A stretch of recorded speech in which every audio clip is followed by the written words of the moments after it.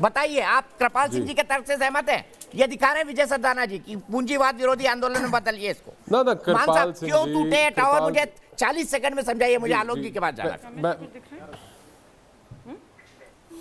नहीं, ये राज्य सरकार द्वारा प्रायोजित वैंडलिज्म है। और वैसे बता दूं आपको, ये जियो के टावर सिग्नल के माध्यम से जरूर है, पर जो स्वामित्व है, जो ओनरशिप है, वो ब्रुकफील्ड करके कैनेडियन कंपनी है, उसकी है। ना सिर्फ पंजाब में, पूरे भारत में जितने जियो के टावर्स हैं, वो 25,215 करोड़ में जियो बेच चुकी है उनको। अब तो वो केवल किराया भर रही है, ये समझिए। दूसरी बात मैं बताऊं आपको, अभी थोड़ी देर पहले हरीश रावत जी कह रहे थे कि हम अपने हिसाब से अपने समय पे कार्रवाई करेंगे, और राजपूत जी कह रहे थे कि हमने कार्रवाई कर दी है। इन दोनों की स्टेटमेंट्स के अंदर इतना विरोधाभास है, मुझे समझ में नहीं आता बात कैसी कर रहे हैं। अब इन्होंने रावत जी ने एक बात और कही कि कृषि जो है वो प्रदेश का वो स्टेट सब्जेक्ट है, यानी कि वो प्रदेश का विषय है।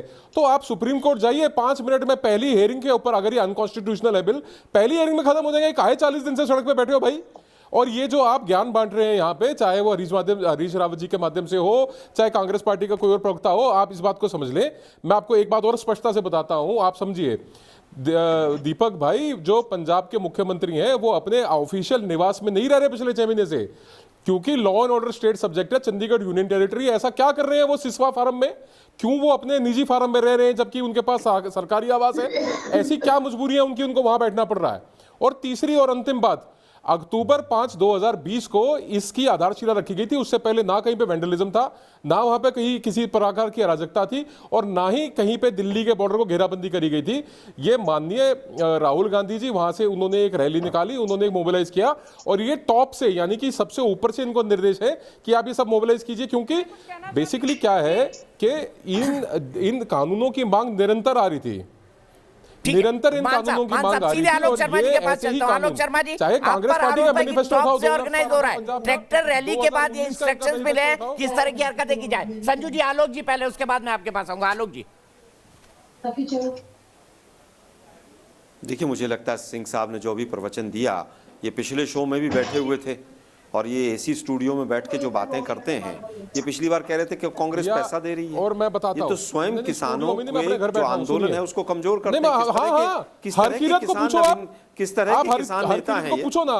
अरे भाई, दीपक भाई, गलत बात है ये कुछ भी। फिर मैं आपके पास आऊंगा, पूरा मौका दूंगा। मान साहब हरकिरत से पूछो, हरकिरत ने क्यों कहा? हरकिरत ने क्यों कहा? क्यों कहा हरकिरत ने हमारे को पैसा मिल रहा है?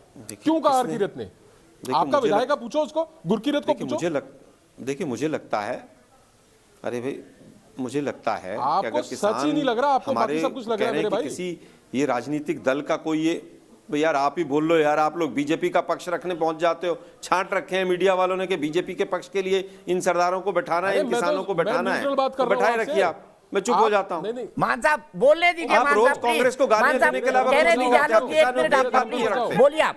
मान साहब, बीजेपी ने प्लांट कर रखा है न्यूज नेशन में आपको। शांत रहिए थोड़ी देर। अच्छा, मुझे लगता है कि जब नक्सली कहा गया, खालिस्तानी कहा गया, टुकड़े टुकड़े गैंग कहा गया, नाम लेके कैसे बोल रहे हो? और सांसद, मैं तो कह रहा हूं ना, बिल्कुल आप बीजेपी के प्लांट किए हुए आदमी हैं। दोबारा रिपीट कर रहा हूं मैं, और न्यूज नेशन ने छांट के आपको बैठा रखा है। ने क्यों कहा? और कहूं दोबारा रिपीट करूं? रवनीत बिट्टू का सांसद है क्या?